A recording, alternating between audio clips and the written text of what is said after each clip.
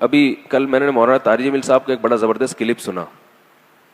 یہ سالگرہ پر کہیں ادھر ادھر نہ چلا جاؤں, اس کو گچی پکڑ کے رکھیں اس کو.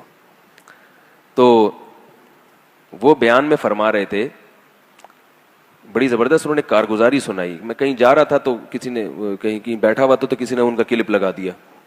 بڑی زبردست انہوں نے بات بتائی. انہوں نے کسی ملک کا یا کسی شہر کا نام لیا, وہ نام مجھے یاد نہیں ہے.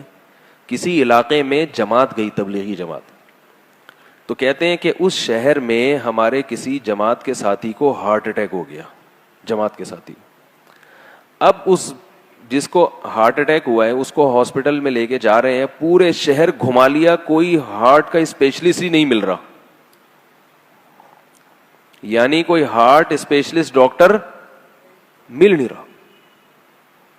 بڑے پریشان ہو گئے. پھر کہہ رہے ہیں حیران بھی ہو رہے کہ یہ کیسا, یہاں جب کسی کو اٹیک ہوتا ہے یا کوئی دل کا بیمار ہوتا ہے تو کدھر جاتا ہے؟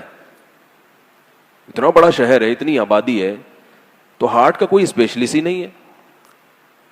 کیسے یہ لوگ زندہ ہیں؟ یہ مرے کیوں نہیں؟ آدھے تو مر جانے چاہیے, کیونکہ دل کی بیماریاں تو 50% تو میرا خیال ہے ہو گئی ہیں.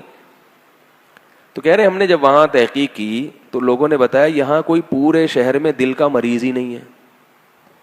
دل کی بیماری کسی کو ہوتی نہیں ہے, بلڈ پریشر نہیں ہوتا, شوگر نہیں ہوتی, برین ہیمریج نہیں ہوتا. سمجھ رہے ہیں بات کو؟ اور دل کی کولیسٹرول لیول سب کا نارمل رہتا ہے, کوئی موٹاپا ہی نہیں ہے, تو یہ بیماریاں ہی نہیں ہیں. ارے کہہ رہے میں نے حیران ہوا کہ کیوں نہیں ہے, یہ کیسے, کیا کھاتے ہیں یہ لوگ.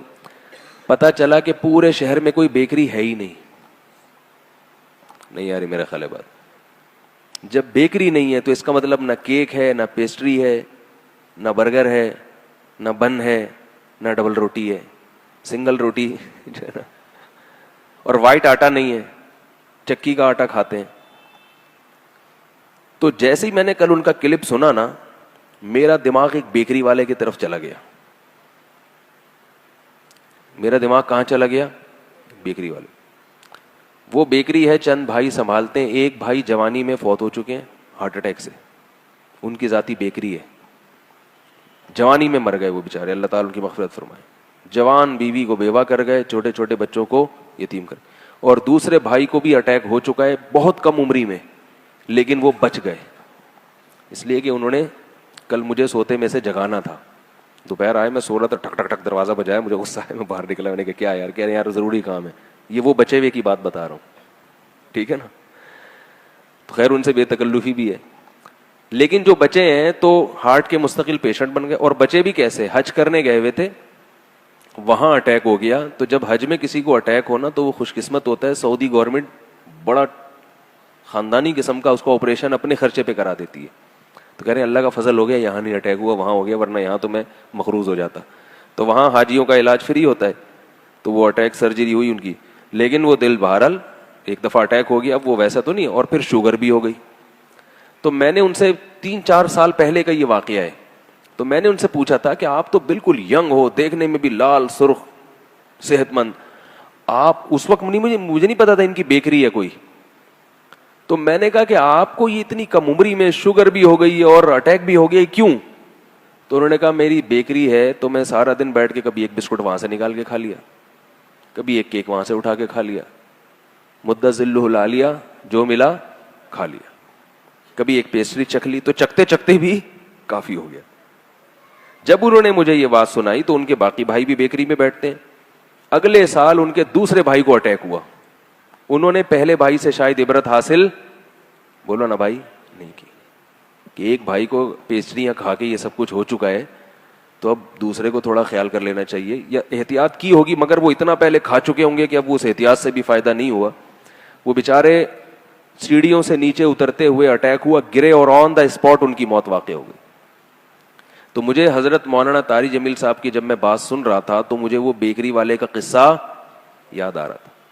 اور ایک اور بھائی ہے, 3 یا 4 بھائی ہیں, تیسرے کو بھی شاید شوگر ہے, کیونکہ ان کو میں نے دیکھا کہ وہ کیا کر رہے تھے, تھوڑی دیر میں جب گیا نا تو تھوڑی دیر میں جوس پی رہے ہیں بیکری سے. میں نے کہا کیا کہہ رہے یار میری شوگر لیول بالکل ڈاؤن ہو گئی ہے, تو مجھے ایک قطرہ یعنی 1 گھونٹ پینا پڑتا ہے. تو تیسرے بھی ہیں, چوتھے کا شاید اللہ کرے عافیت سے ہوں. اب تک میں نے بھی خیریت پوچھی نہیں ہے, کافی دن ہو گئے, ٹھیک ہے. تو حضرت مولانا طارق جمیل صاحب نے کیا فرمایا, پورے شہر میں کوئی بیکری نہیں ہے. یہ جو ہم بغیر چھنا ہوا آٹا کھاتے ہیں یہ نقصان دیتا ہے, اور بیکری میں چھنے ہوئے آٹے کا بھی آٹا اندر کا ہوتا ہے, میدا ہوتا ہے. یعنی جب گندم جب کٹائی ہوتی ہے نا تو 4 پروسیس سے گزرتی ہے. وہ ایک تو ہوتا ہے کہ وہ ہلکا ہلکا اس کا چھلکا اتار دیتے ہیں اور باقی چھلکا رہتا ہے, وہ چکی کا آٹا کہلاتا ہے.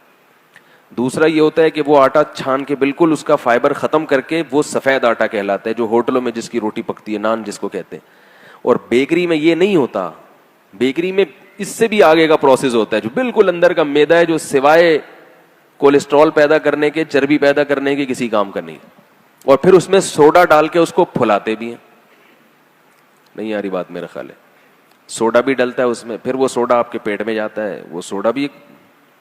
تو وہ ڈبل روٹی بھی ایسا ہی ہے, وہ بھی پھولی ہوئی چیز ہے, انرجی ہے نہیں, پھلا ایسے دیتی ہے جو آدمی دیکھنے میں ایسے لگو کہ جیسے وہ آرنلڈ نام ہے اس کا چھوٹے بھائی, لیکن اندر سے کیا ہو گئے, ہوا کے غبارے, پھسپھسے بالکل.